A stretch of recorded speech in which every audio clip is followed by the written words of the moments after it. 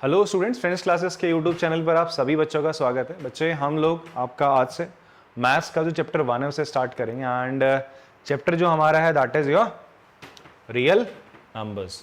ठीक है, एंड इससे पहले आप लोगों ने अपना 9th स्टैंडर्ड में पढ़ा था नंबर सिस्टम।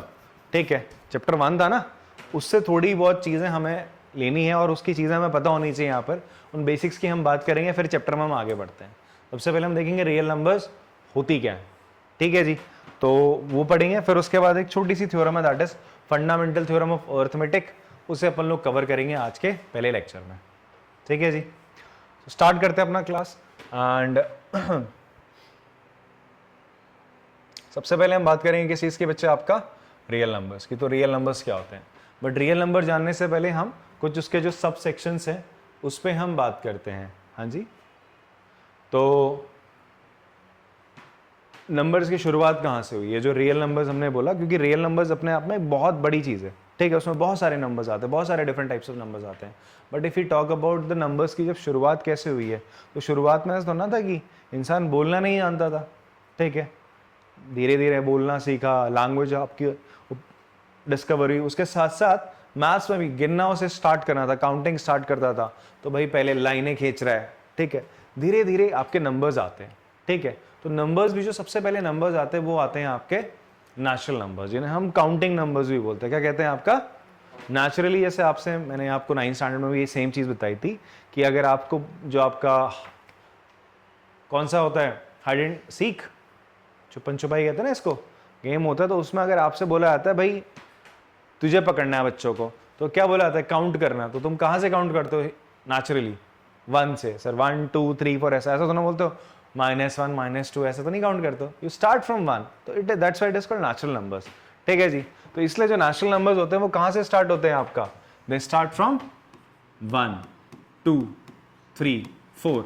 और काउंटिंग करने को बोला, आपसे बोला है भाई काउंट कर तू 1 से लेकर 60 तक, हम लोग छिप रहे हैं। तो तुम जब काउंट करना स्टार्ट करते हो ऐसा तो ना करते हो 1 1.1 1.2 1.3 ऐसा बोलते हो, 1 2 3 4 ऐसे चलते हैं ना। तो that's why we are saying it counting numbers, और नेचुरली ऐसे नंबर्स निकलते हैं।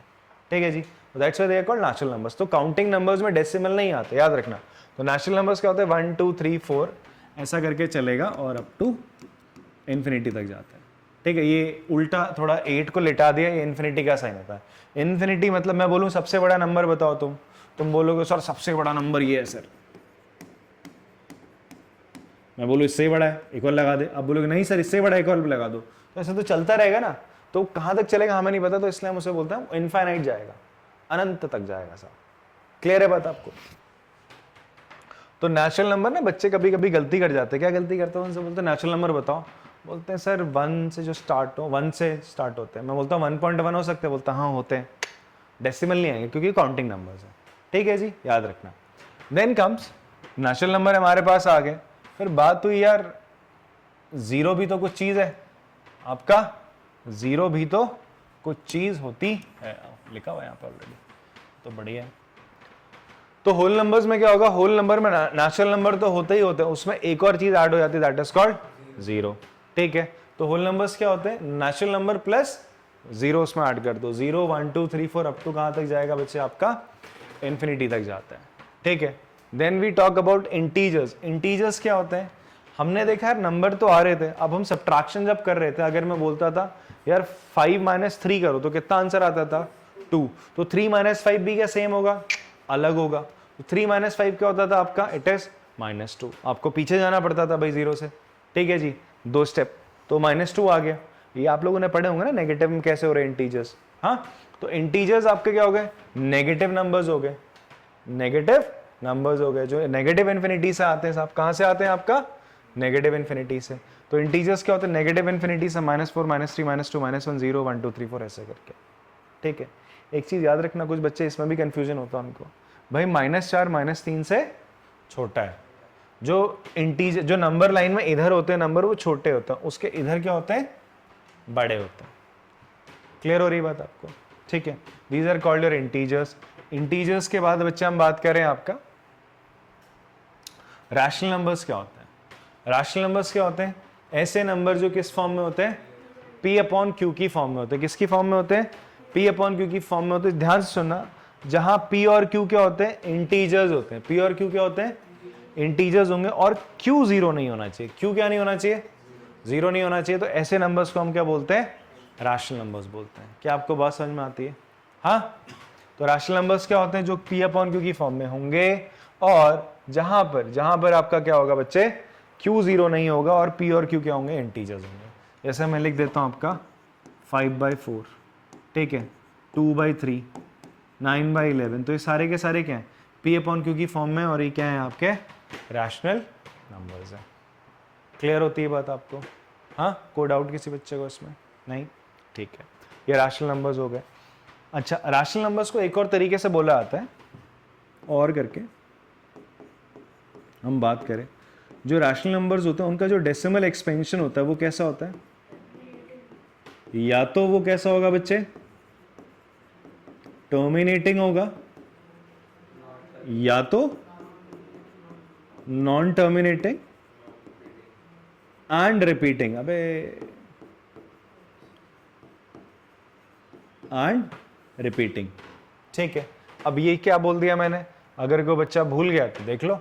टर्मिनेटिंग का मतलब है, जैसे मैंने लिखा 3.2 लिख दिया ना, this is called terminating. But non terminating का मतलब होगा 3.2222 चलता जा रहा है भाई साहब, ये रुका ही नहीं, तो ये नॉन टर्मिनेटिंग है। इसे हम बोलते हैं डेसिमल एक्सपेंशन टर्मिनेटिंग है, नॉन टर्मिनेटिंग है। क्लियर हो रही बात? ऐसे लिखा मैंने 3.51 रुक गया, या 3.5 या 613 है, तो 3 यहां पे आकर रुक गया, तो ये कैसा हो गया इसका डेसिमल एक्सपेंशन, टर्मिनेटिंग। यहां मैं बात करूं 3.613333 चलता रहा, तो यहां डेसिमल एक्सपेंशन रुक नहीं रहा है सर, चलता रहा है, नॉन टर्मिनेटिंग है। क्लियर है?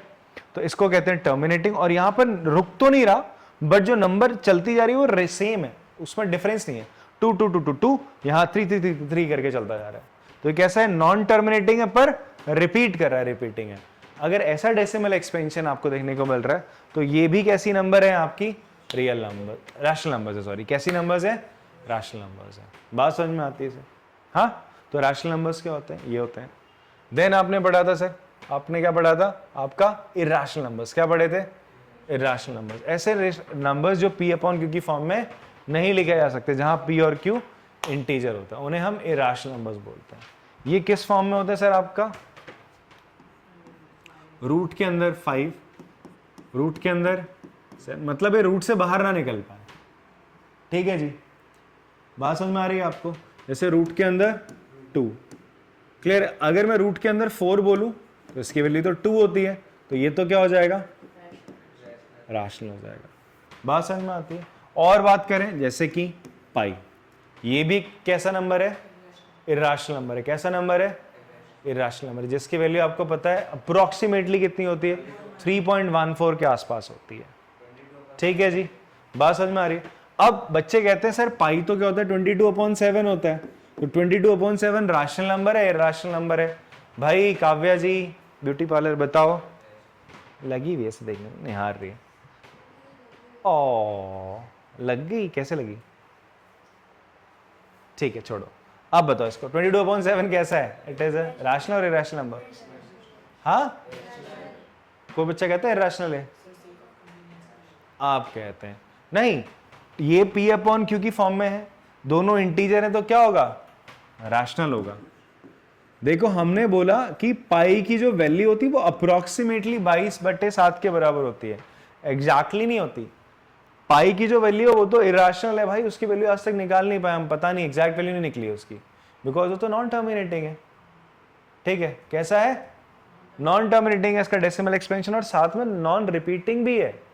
कैसा है, नॉन रिपीटिंग भी है।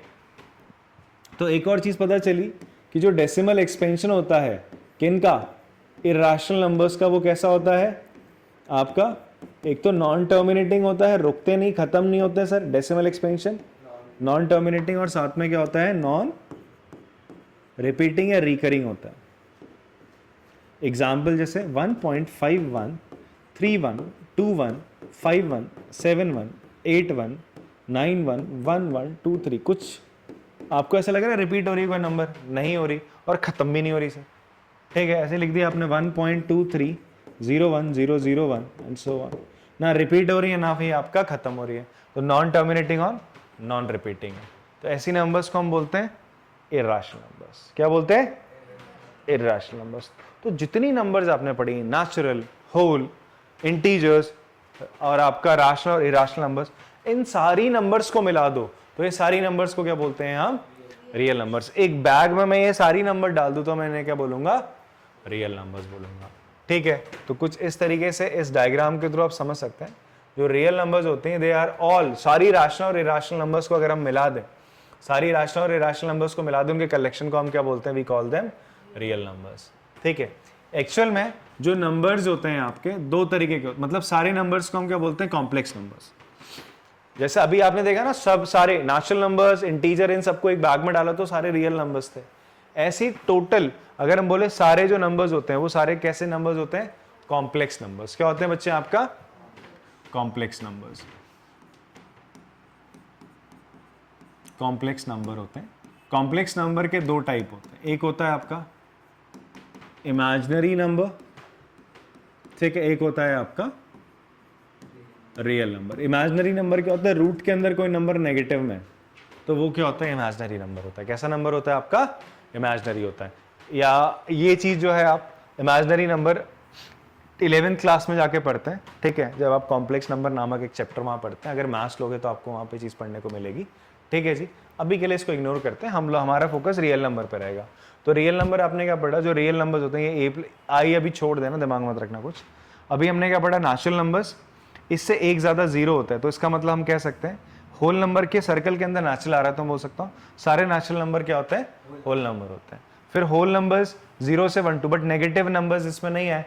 नेगेटिव नंबर्स आ गए जिनको हम इंटीजर्स बोलते हैं, तो उसके अंदर होल नंबर नेचुरल, तो हम बोल सकते हैं सारे नेचुरल नंबर इंटीजर, सारे होल नंबर इंटीजर्स होते हैं। बट सारे इंटीजर होल नंबर नहीं होते क्योंकि नेगेटिव नंबर तो ना होंगे होल नंबर्स।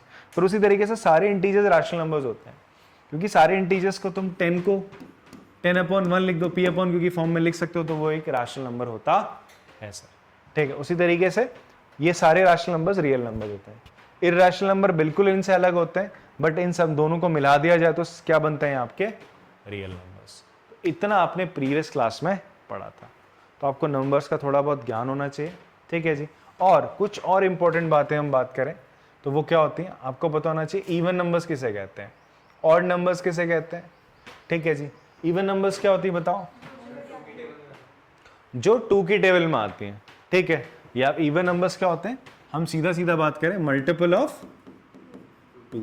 अब यहां पर एक टर्म आती है मल्टीपल। क्या टर्म आ रही है बच्चे आपका? मल्टीपल। ध्यान से सुनना, एक टर्म क्या है बच्चे आपका यहाँ पे? मल्टीपल एक टर्म आई। ठीक है, multiple of A number. Multiple का मतलब होता है नंबर किसी, या फिर हम इसको एग्जाम्पल से समझा दें तो बेटर ही रहेगा। जैसे मैंने यहां पर कहा आपसे 4 is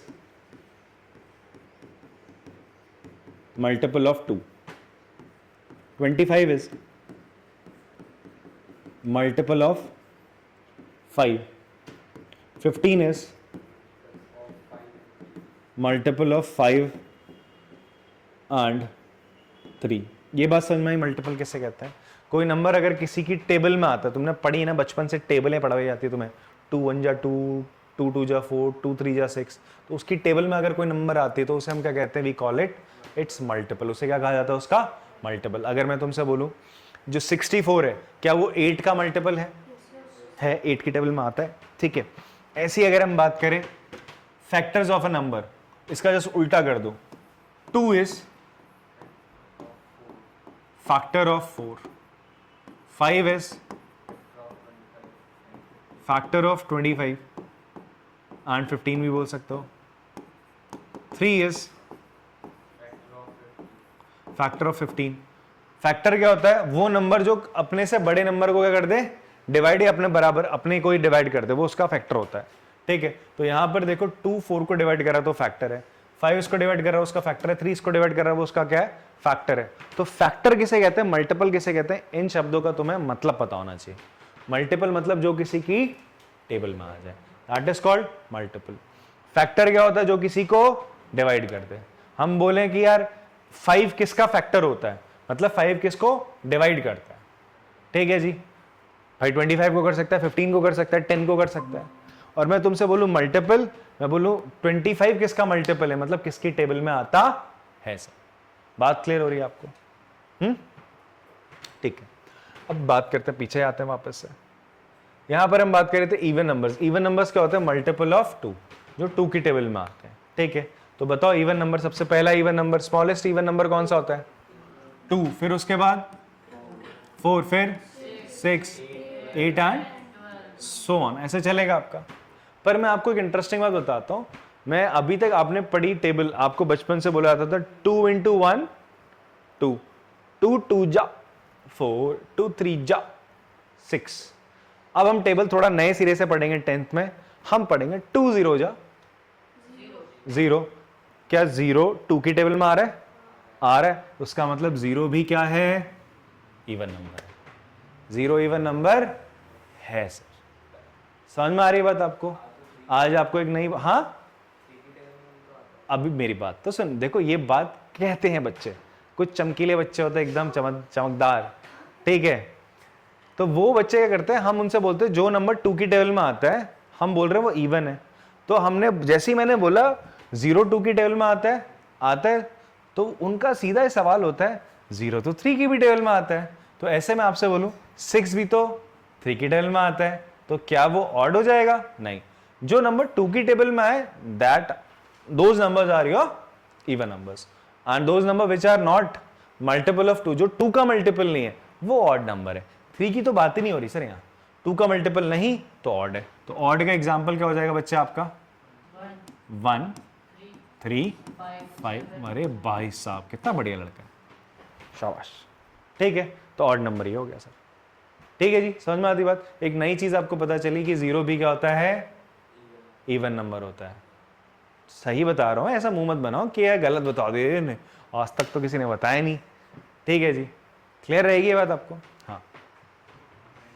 then comes prime numbers. Prime numbers क्या होते हैं? ऐसे नंबर जिनके 2 या 2 से, अच्छा ठीक है, सिर्फ 2 फैक्टर्स होते हैं। सिर्फ क्या होते हैं? 2 फैक्टर्स होते हैं, उन्हें हम प्राइम नंबर्स कहते हैं, ठीक है।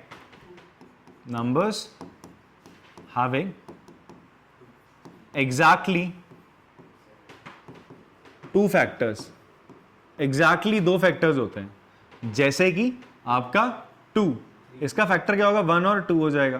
3 फैक्टर होगा 1 और 3। 5 फैक्टर होगा 1 और 5। ऐसे ही 7, 1 और 7 इसके फैक्टर्स हैं। तो ये प्राइम नंबर्स है। क्या बच्चे आपके? प्राइम नंबर्स है, ठीक है जी। जिनके एग्जैक्टली कितने फैक्टर्स होते हैं? 2। फिर आपके कंपोजिट नंबर्स क्या होते हैं? कंपोजिट नंबर्स होते हैं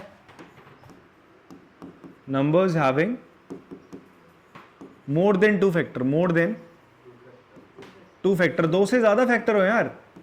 जैसे कि तुम्हारा 4 6 8 9, 4 के फैक्टर 1 होता है, 2 होता है और खुद 4 होता है। 6 का 1 हो गया, 2 हो गया, 3 हो गया और खुद 6 हो गया, इसके 4 फैक्टर हो गए सर।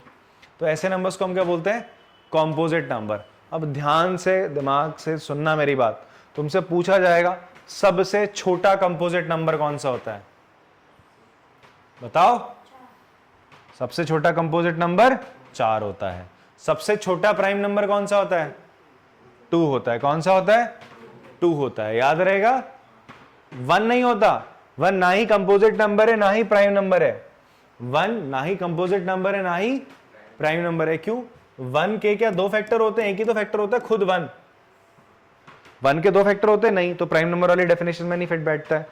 एक ही फैक्टर होता है उसका, 2 से ज्यादा तो होते नहीं है, तो वो कंपोजिट भी नहीं है। 1 is just a number, it's not a prime number, not a composite number. बात समझ में आती है सर आपको? ठीक है, इसे कॉपी करना चाहते हैं, कॉपी कर लेंगे आप लोग।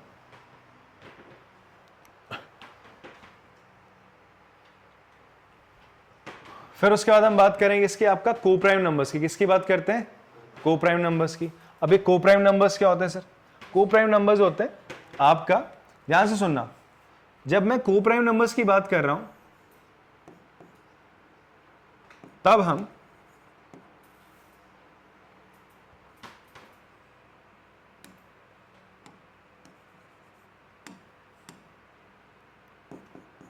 इनकी बात दो नंबर्स को जब हम कंपेयर करते हैं, कंपेयर करके करी जाएगी। और नंबर्स में क्या करी जाएगी? और नंबर्स में क्या हो रहा था? और नंबर्स में ये चल रहा था कि भाई साहब आपका क्या चल रहा है कि यार ये एक नंबर प्राइम है, ये चेक करो, ये कॉम्पोजिट है, ये चेक करो, ऑड है, इनमें एक एक नंबर में हम देख रहे थे। बट जब मैं को प्राइम बोलूं तो आई विल टेक 2 नंबर्स, मैं 2 नंबर लूंगा, फिर चेक करूंगा वो को प्राइम है या नहीं है। जैसे कि मैंने एग्जाम्पल क्या लिया, आपको एग्जाम्पल से बहुत जल्दी समझ में आएगा। मैंने लिया 15 एंड 14, मुझे बताओ क्या ये दोनों नंबर प्राइम नंबर्स है? नहीं है। 15 प्राइम नंबर है? नहीं है। 14 प्राइम नंबर है? नहीं है। क्यों नहीं है? 14 किसके टेबल में आता है? 7 की आता है, 2 की में, 14 की में, 1 की में। 15 3 5 और 1 की टेबल में आता है, और 5 की और खुद 15 में भी आता है। तो ये प्राइम नंबर तो नहीं है। बट मुझे बताओ कौन सा ऐसा नंबर है जो इन दोनों को डिवाइड कर देता होगा? 15 14 को कौन सा ऐसा नंबर है जो डिवाइड करता है दोनों को? बताओ। केवल 1 करता है। केवल कौन करता है? 1 करता है। 1 के अलावा कोई नहीं करता ना। तो ऐसे नंबर्स को हम कोप्राइम नंबर्स बोलते हैं, जिनका एग्जैक्टली एक ही सिंगल फैक्टर हो, दैट इज 1, उसके अलावा कोई ना हो। ऐसे नंबर्स को हम क्या बोलते हैं? भैया जी बहुत इंपॉर्टेंट बात बता रहा हूं, कोप्राइम नंबर ध्यान से सुनना, पता होना चाहिए आपको। ठीक, अभी बात करते हैं। हाँ, अगर तुम 2 प्राइम ले रहे हो, देखो कोप्राइम नंबर्स 15 और 14 प्राइम नंबर नहीं है, फिर भी कोप्राइम है। अगर तुम 2 प्राइम नंबर लेते हो, 2 और 3 लिया, ये तो होंगे ही होंगे कोप्राइम, बिकॉज इनके बीच में कॉमन फैक्टर क्या है? 1 है। तुम 2 प्राइम नंबर ले लो, 5 7 ले लो, इनमें भी कॉमन फैक्टर क्या होगा? 1 होगा। बट क्या ये दोनों प्राइम नंबर है? नहीं। बट स्टिल इनके बीच में कॉमन फैक्टर क्या है? केवल 1 है। तो ये कैसा नंबर हो गया आपका? कोप्राइम। ऐसे ही मैंने ले लिया सर, 26 ले लिया और 15 ले लिया, 26 और 15, ठीक है। ये 2 नंबर्स लिए मैंने, 26 और 15, इनके बीच में कॉमन फैक्टर क्या है? केवल 1 है। तो ये भी दोनों कैसे हैं? कोप्राइम नंबर, ठीक है। ऐसे ही हमने एक नंबर ले लिया 14 है और एक ले लिया 26, इनके बीच में कॉमन फैक्टर 1 है एंड 2 है, ये कोप्राइम नहीं है। समझ में आती है बात? कोप्राइम नंबर्स क्या होते हैं? कोप्राइम नंबर्स वो नंबर्स होते हैं जिनके बीच में कॉमन फैक्टर केवल क्या हो? 1 हो, एक हो बस, और उसके अलावा कोई ना हो। क्लियर है? कॉपी कर सकते हैं इसका। चलिए बच्चे, अब हम पढ़ते हैं आपका किसके बारे में? यूक्लिड्स डिवीजन एल्गोरिथम के बारे में। तो यूक्लिड डिवीजन एल्गोरिथम जो है सिलेबस में पहले हुआ करता था, अब है नहीं, बट एनसीईआरटी में ना थोड़ा सा आपका एनसीईआरटी में इसका फर्स्ट पेज में इसका जिक्र करा गया, तो मैं आपको बता दे रहा हूँ, और थोड़ा सा पता भी होना चाहिए आप लोग को। ज़्यादा कुछ टफ नहीं है, सिंपल है। जैसे ना यूक्लिड डिवीजन एल्गोरिथम किसी भी नंबर को लिखने का एक तरीका आपको बताता है। जैसे मेरे पास एक नंबर है 25, इस 25 को मैं कैसे लिख सकता हूँ? 8 × 3 + 1 लिख सकते हैं ऐसे। हम क्या लिख रहे हैं? 25 को मैं लिख रहा हूं 8 × 3 + 1। अब ये क्या कहना चाहता है? ये चीज बता रही है कि अगर आप 25 को 8 से डिवाइड करते हो, 8 से डिवाइड करते हो, तो आपका जो रिमाइंडर आएगा वो क्या बचेगा? 1 बचेगा। ये इस फॉर्म में लिखा जा रहा है। क्लियर हो रही है? This is your dividend. ये तुम्हारा क्या है? डिविडेंड। एक तरीके की रिमाइंडर थ्योरम सॉर्ट ऑफ है। डिविडेंड ये क्या हो गया तुम्हारा? डिवाइजर। ये क्या हो गया? कोशेंट हो गया। और ये क्या हो गया तुम्हारा? रिमाइंडर हो गया। रिमाइंडर नहीं, रिमाइंडर, ठीक है। बात समझ में आती है आपको? सो यही तो था ये। This is divisor, this is quotient, this is your dividend and this is your remainder. तो यूक्लिड डिवीजन लेमा भी आपका यही बात कहती है, यूक्लिड डिवीजन एल्गोरिथम भी यही होती है। ये कहती है किसी भी एक नंबर ए है, जब आप उसे बी नंबर से डिवाइड करते हो तो क्यू कोशेंट होता है प्लस आर क्या आता है आपका? रिमाइंडर आता है। बात समझ में आती है? यहां पर इस केस में रिमाइंडर क्या है? 1। ऐसे ही मैं आपसे बोलूं यार 27 है, उसको डिवाइड करो 8 से, तो रिमाइंडर कितना आएगा? बोलो 3 आएगा, ठीक है। यहीं पे मैं क्या कर दूं? 32 कर दूं, और मैं इसको 8 से डिवाइड करूं, तो रिमाइंडर क्या आएगा? 0। रिमाइंडर क्या आएगा? इसका मतलब अगर नंबर ऐसा लिखा हुआ है 32 और ऐसा लिखा हुआ है 8 × 4, सिंपल ऐसा लिखा हुआ है, इसका मतलब ये लोग इसको क्या करते हैं? कंप्लीटली डिवाइड करते हैं। 8 या 4 इसको कंप्लीटली क्या करता है? डिवाइड करता है। अगर कहीं ऐसा मिले तुम्हें a बराबर ऐसा लिखा हुआ है 2b, इसका मतलब क्या है, 2a को क्या करता है, डिवाइड करता है, ba को क्या करता है, डिवाइड करता है। समझो ना इसको, इन दोनों नंबर को मल्टीप्लाई कर रहा हूं तब जाके a आ रहा है ना। यहां देखो 8 और 4 को मल्टीप्लाई कर रहा हूं तब जाके 32 आ रहा है। इसका मतलब 8 और 4 दोनों इसको क्या कर रहे हैं, डिवाइड कर रहे हैं। ध्यान से सुनना मेरी बात, बहुत इंपॉर्टेंट बात बता रहा हूं। ये मैंने आपसे बोला कि ये चैप्टर में नहीं है, बट ये कंसेप्ट इस्तेमाल हो रहा है चैप्टर में, ऐसा बोल के नहीं आ रहा कहीं पे, ठीक है। आगे जाके अभी इस्तेमाल करेंगे इसको। एक बहुत इंपॉर्टेंट क्वेश्चन है जो बोर्ड में आता ही आता है, ठीक है जी। तो उसमें कंसेप्ट इस्तेमाल होता है।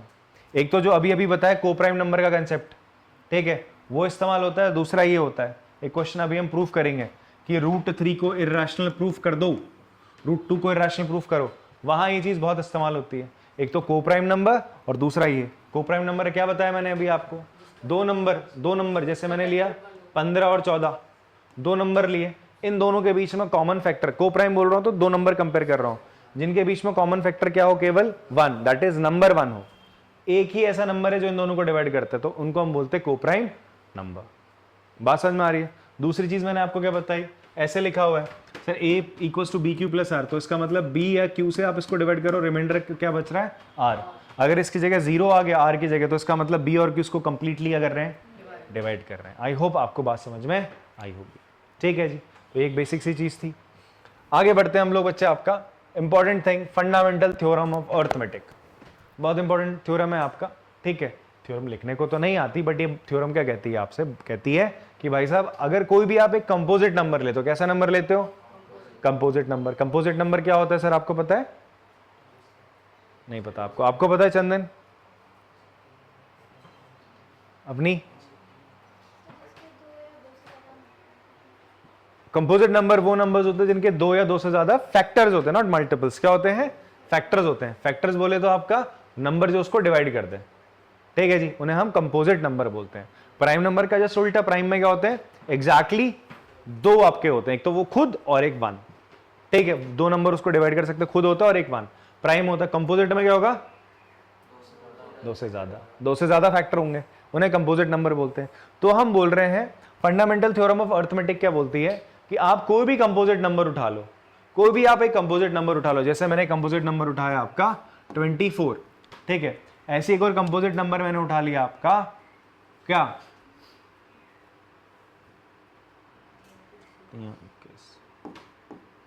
105, ठीक है, क्लियर है।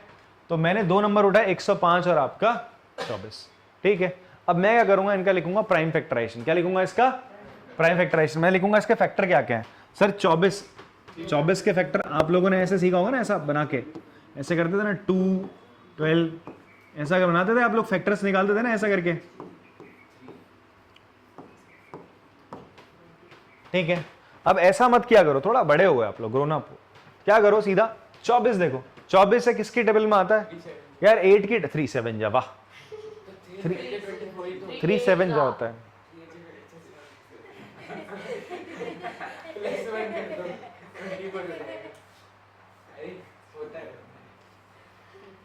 आप स्टैंडर्ड मैथ्स लोगे, बेसिक मैथ्स लोगे, मैं तो कुछ नहीं देना चाह रहा तेरे को, ठीक है। 10th में आके 3 7 जा, वाह। तो 3 × 8, 3 × 8 होता है ना। अब 8 तुम्हारे दिमाग में आना चाहिए। 8 तो क्या होता है, मैंने आपको बोला था जब क्लास स्टार्ट हुई थी, प्लीज लर्न, क्या लर्न कर लो भाई, 2 की पावर 1 से लेकर 2 की पावर 10 तक लर्न कर लो, इनकी वैल्यूज क्या होती है, बहुत काम आती है, कैलकुलेशन आपका फास्ट कर देती है।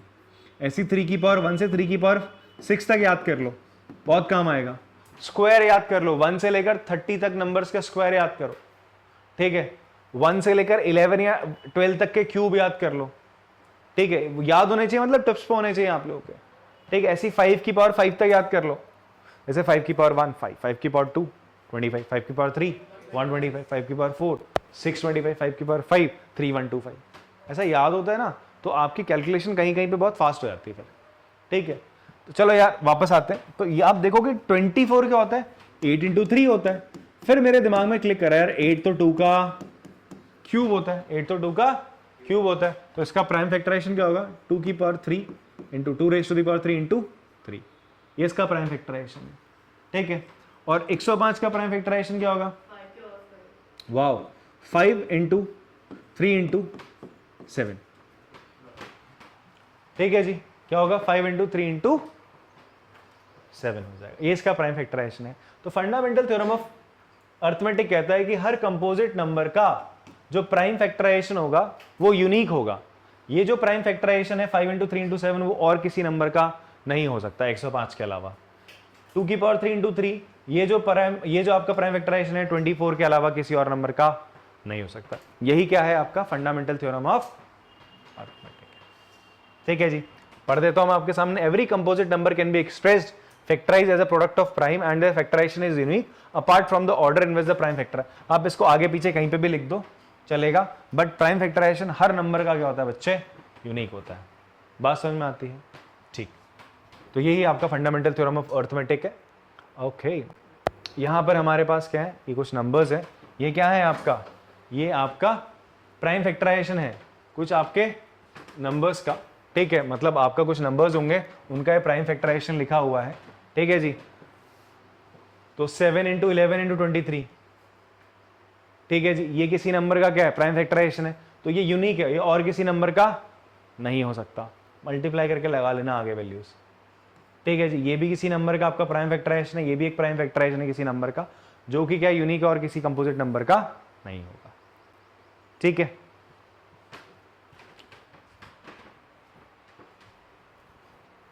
क्वेश्चन लेते हैं आपको और समझाने के लिए।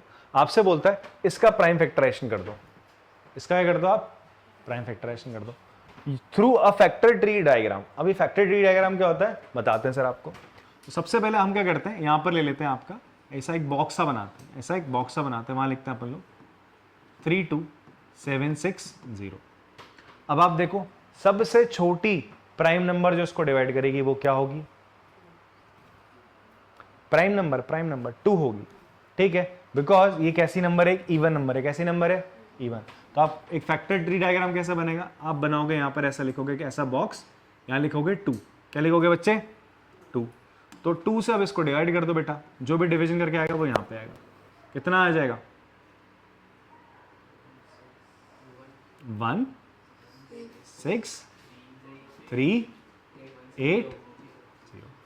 ठीक है जी, अभी भी ये किससे डिवाइड होगा, 2 से। हमें प्राइम फैक्टराइजेशन करना है, कोई बड़ी नंबर मत करना, 4 से मत करने लग जाना। 2 3 5 ऐसे करोगे, फिर आते हैं 2 8 1 9 0।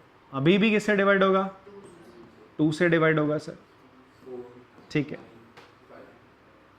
4 जगह। अब 1 आता है 2 की टेबल में, नहीं आता, तो 1 आगे कैरी हुआ ना, तो उसको तो आपने लिया नहीं, तो क्या होगा, आप 0 लगाओगे। क्या लगाओगे, एक 0 लगाओगे। ठीक है, डिवीजन करना आना चाहिए भाई आप लोग को। 8190 है ना, आप डिवाइड ऐसे करते हो ना बेटा, 2 से डिवाइड करा, 2 4 जा 8। ठीक, अब आपने 1 लिया, 1 लेने के बाद कुछ हुआ ही नहीं यार, ये तो इससे छोटा है, तो आपको एक और नंबर लेनी पड़ी। 2 नंबर अगर एक साथ ले लेते हो तो एक 0 लगा देते हो यहाँ पे, याद आ रहा है कुछ। ठीक है, और ये कितने जा हो जाएगा, 9 जा। ठीक है, फिर 18, फिर आ जाएगा 5, 4095। गाड़ी रोक दो यहाँ पर, बिकॉज अब 2 की बात खत्म, इवन नंबर अब नहीं। अब चेक करेंगे क्या ये 3 से डिवाइड होगा। 3 का डिविजिबिलिटी रूल आता है आप लोगों को, हाँ 3 का डिविजिबिलिटी रूल क्या होता है, सारी डिजिट्स को ऐड करो, अगर वो 3 के टेबल में आते हैं तो वही वो 3 से डिवाइड हो जाएगा। ठीक है बाबू, पहले हम 3 से करेंगे ना, स्टेप बाय स्टेप चलेंगे। 2, फिर उसके बाद अगला प्राइम नंबर जो उससे बड़ा होगा जस्ट 3 होगा, तो 3 से आ जाओगे, तो 3 से डिवाइड हो रहा है, 4 + 5 9 9 + 9 18। इवन 9 से भी, मतलब 3 से 2 बार डिवाइड हो गया। 3 से डिवाइड करो, कितना, 1 ठीक है, लिया 10 3 जा 9, फिर 19 6, फिर 5, फिर अगेन 3 से डिवाइड होगा बच्चे। अभी है, सबको ऐड करो, आप देखोगे 9 की टेबल में आ रहा है, कितना हो जाएगा, 6 3 9 1 10 15। हाँ, ये हो जाएगा सर आपका 4 5 5। ठीक है जी, अब आप आएंगे किससे, 5 से। किससे करोगे इसको, 5 से। 5 से करा सर आपने, 5 से करने पे क्या हो जाएगा, 91। याद रखना 91 भी बहुत स्पेशल नंबर है। 91 होता है 13 इंटू 7। 13 इंटू 7 क्या होता है, 91 होता है, याद रहेगा।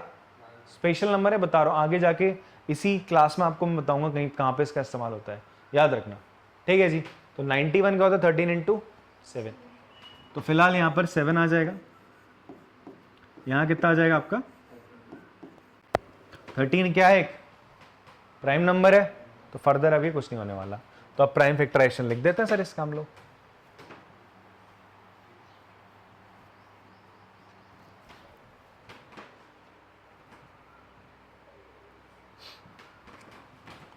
थ्री टू 760, इसका प्राइम फैक्टराइजेशन क्या होगा, 2 कितनी दफा है, 3 बार, तो 2 रेज टू दी पावर 3, 3 कितनी बार है, 2, तो 3 raise to the power 2 into 5 एक ही बार आया, फिर 7, फिर एक लास्ट 13। क्लियर है बात, ये तो हो रहा है 2 2 2 3 3 5 7 13, इन दोनों को मल्टीप्लाई। देखो हो क्या रहा है यहाँ पे, एक चीज समझना, क्वेश्चन आता है ये गायब कर देगा, बोलेगा वैल्यू बताओ, ये कैसा आ रहा है, इन दोनों को मल्टीप्लाई करूंगा तो 91 आ जाएगा, इन दोनों को मल्टीप्लाई करूंगा तो 455 आएगा, इन दोनों को मल्टीप्लाई करोगे ये इसको मल्टीप्लाई करो, ये इसको मल्टीप्लाई करो, ये इसको मल्टीप्लाई करोगे, इसको मल्टीप्लाई करोगे, ये आएगा। क्लियर हो रही बात। और एक और चीज देखो, इसको डिवाइड करा इससे तो ये आएगा, या फिर इससे तुम इसको डिवाइड करो तो ये आ जाएगा। बात भेजे में जा रही है, दिमाग में गई बात। 1365 से इसको डिवाइड करोगे तो क्या आएगा, ये आएगा। भाई जब इन दोनों को मल्टीप्लाई करके ये आ रहा है तो इससे इसको डिवाइड करोगे तो यही तो आएगा। बात समझ में आती है आपको। तो ये अभी हम ट्री डायग्राम करते, ट्री डायग्राम आपको ऐसा देता है फैक्टर्स का, ठीक है, फैक्टर निकालने के लिए, और एक चीज गायब कर देता, बोलता है इसकी वैल्यू निकालो। बात समझ में आती है। ये प्राइम फैक्टराइजेशन है, इसका फंडामेंटल थ्योरम ऑफ अरिथमेटिक कहती है प्राइम फैक्टराइजेशन हर किसी कंपोजिट नंबर का क्या होता है, यूनिक होता है, ठीक है। और ये ट्री डायग्राम से हमने क्या करा, इसका प्राइम फैक्टराइजेशन करा। कॉपी करना आते हैं कॉपी करेंगे, फिर हम आगे बढ़ते हैं इसको। चलिए इस क्वेश्चन को करते हैं बच्चे हम लोग। हमारे पास क्वेश्चन है आपके पास कि ये फैक्टर ट्री डायग्राम है 126 का और 156 का, ठीक है। तो इसमें मिसिंग वैल्यूज है XY और AB, ये आपको फाइंड आउट करना है। हो जाएगा, सिंपल है। कैसे करेंगे, देखो ये x की वैल्यू कैसे निकलेगी, मैंने बोला था इन दोनों को मल्टीप्लाई करके ये आएगा, अगर मैं इससे इसको डिवाइड करूं तो क्या आ जाएगा, x आ जाएगा। तो 2 से 126 को डिवाइड करो तो कितना आ जाएगा, 63 आ जाएगा सर, अच्छी बात है। फिर उसके बाद आप देखो ये 63 आ गया, तो ये कैसे आएगा, जब 3 से इसको डिवाइड करा होगा तभी तो आया होगा, या फिर 7 और 3 को मल्टीप्लाई कर दो, y आ जाएगा। इन दोनों को मल्टीप्लाई करो तो y कितना आ जाएगा, 21। क्लियर है। यहां पर आते हैं, आपको निकालना है a क्या होगा, सर 2 से इसको डिवाइड करोगे तभी तो a आया होगा, तो कितना होगा, हाँ 78। अब ये 78 है, ये आ गया। अब देखो इन दोनों को मल्टीप्लाई करा होगा, ये आया होगा, या तो मैं इससे इसको डिवाइड कर दूं, b आ जाएगा। तो 39 से 78 को डिवाइड करोगे तो क्या आ जाएगा, b कितना आ जाएगा, 2 आ जाएगा। बात समझ में आती है, कॉपी कर लेंगे इसको। चलो हम क्वेश्चन करते हैं। ये क्वेश्चन कर लिया आप लोगों ने, बात नहीं। चलो बेटा एक और क्वेश्चन करते हैं हम लोग, जो अभी मैंने आपको करा है उसी टाइप पे। ये आपको दिखा रहा है x और y की वैल्यू निकालनी है और z की वैल्यू निकालनी है आपको। कैसे निकलेगी सर, देखो z की वैल्यू कैसे निकलेगी, 7 से 371 को डिवाइड कर दोगे z आ जाएगा। इन दोनों को मल्टीप्लाई करके ये आ रहा है ना, बात नहीं। तो 7 से इसको डिवाइड करोगे, 7 5 जा 35, 21 कितना 3, तो z कितना आ गया मेरा 53 आ गया। फिर y कैसे आया होगा, जब इन दोनों को मल्टीप्लाई करा होगा तो क्या आया होगा, y आ गया होगा, ठीक है। तो 3 से इसको मल्टीप्लाई करो, 3 5 से 15, 5 1 कैरी 15, 6 1 8 से 24, 5 5 5 6 5, ग्रेट। फिर x कैसे आएगा, जब 2 से इसको क्या करा होगा आपने, मल्टीप्लाई करोगे, x आ जाएगा सर 1 1 एक और 3, ऐसा। चलो सबका ही आ रहा है, तो सभी का फिर सही होगा। तो x की वैल्यू क्या आई आपके पास, 1130। तो इस टाइप के क्वेश्चंस आएंगे, कर लेंगे आप लोग, ठीक है, ठीक है, सही बोल रहे हैं। यहाँ पे कॉपी कर सकते हैं आप लोग इसको, ये आपने कर लिया होगा। इसके बाद आप लोग क्या करेंगे, एक छोटा सा होमवर्क मैं आपको दे रहा हूँ। आपको क्या करना है, ये जो नंबर्स है इनको प्राइम फैक्टर्स की फॉर्म में इनको क्या करना है, इनका प्राइम फैक्टराइजेशन लिख लेना है। इनको आप कॉपी कर लो, इनका प्राइम फैक्टराइजेशन करना है आप लोग, ठीक है जी। तो यहां पर जब आप इसका प्राइम फैक्टराइजेशन करोगे, फैक्टर ट्री बनाने की जरूरत नहीं है, नॉर्मल आप प्राइम फैक्टराइजेशन कर सकते हो। ऐसे मैं एक क्वेश्चन ले लेता हूँ, एक सबसे बड़ा सा क्वेश्चन ये दिख रहा है मुझे, 140 का मैं फैक्टराइजेशन कर देता हूँ ना, बाकी तो छोटे छोटे आप लोग कर लोगे, ठीक है। तो 140 का प्राइम फैक्टराइजेशन करोगे तो वो क्या होगा, 2 रेज टू द पावर 2, ठीक है, इंटू 5 इंटू 7, ठीक है जी। ये ऐसे प्राइम फैक्टराइजेशन आप लोगों ने करना है। देखो मैंने कैसे करा, मैंने ब्रेन में 140 को मैंने ब्रेक करा, 140 को लिख सकता हूँ मैं 14 इंटू 10 लिख सकता हूँ। इसको मैंने क्या करा, साइड में ऐसा लिख लिया, दिमाग में बना लिया, 14 इंटू 10 कर सकता हूँ। 14 क्या होता है, 2 इंटू 7 होता है, 10 होता है 2 इंटू 5, तो 2 raise to the power 2, 5 into 7 ऐसा हो गया, ठीक है जी। ऐसे ब्रेक कर लिया। ऐसा नहीं कि ऐसा मैं बार बार ऐसा बनाने लग जाऊँ यार, 140 है ऐसा बनाने को हम लग रहे, ठीक है। ऐसे ही आपका क्या 156 है, इसका प्राइम फैक्टराइजेशन करना है, तो इसका प्राइम फैक्टराइजेशन कैसा होगा, आप देखो किससे डिवाइड हो रहा है भाई, ये 4 से जा रहा है, किससे जा रहा है आपका, 4 से डिवाइड हो रहा है, किससे डिवाइड हो रहा है, 4 से। तो 4 3 जा 12, 36 9 जा, तो ऐसा 4 इंटू 39 आ रहा है, अरे नहीं आ रहा। 4 तुम्हें पता है क्या होता है, 2 रेज टू दी पावर 2, 39 क्या होता है, 13 इंटू 3 होता है, तो ये उसका प्राइम फैक्टराइजेशन हो गया। मतलब ऐसा नहीं करना कि मैं बार बार ऐसा टेबल सा बनाता जा रहा हूँ, ठीक है। अगर आप नहीं कर पा रहे हो ऐसे, तो फिर वैसे ही करो आप, ऐसे आपको सबका प्राइम फैक्टराइजेशन करना है सर, ठीक है जी। आगे हमारे पास एक बढ़िया सा क्वेश्चन है, find the total number of factors of prime numbers. आपसे बोलता है प्राइम नंबर्स के टोटल कितने फैक्टर होते हैं, 2 होते हैं यार, प्राइम नंबर्स के 2 ही फैक्टर होते हैं, चाहे कोई भी प्राइम नंबर हो, तो कितने होते हैं, एवरी प्राइम नंबर या each prime number have only 2 factors. कितने फैक्टर्स होंगे, 2 फैक्टर्स होंगे, एक तो 1 एंड नंबर इटसेल्फ, जो नंबर होगा वो खुद हो जाएगा सर, क्लियर है बात। एक और क्वेश्चन है, find the sum of exponent of prime factors in the prime factorization of 196। आपसे क्या बोलता है, 196 का प्राइम फैक्टराइजेशन करो, फिर जो आपके प्राइम फैक्टर्स आएंगे, जो उनके एक्सपोनेंट होगी, जो पावर होगी, उनका सम करो। तो आपसे बोलता है, मैं क्वेश्चन करके बताता हूँ, 196 का पहले बोल रहा है प्राइम फैक्टराइजेशन करो। अब देखो आपको अगर स्क्वायर पता है तो बात बन जाती है। 196 14 का स्क्वायर किसका होता है, 14 का स्क्वायर होता है। अब 14 का स्क्वायर होता है, तो 14 का स्क्वायर होता है यार, इसका मतलब 14 होता है 2 इंटू 7, दोनों प्राइम नंबर है, तो इसको मैं लिख सकता हूँ 2 raise to the power 2 into 7 की पावर 2। तो आपसे क्या बोलता है, जो भी ये प्राइम फैक्टर आए, इनका जो एक्सपोनेंट है, जो इनकी पावर है, इनको जोड़ के बताओ क्या आएगा।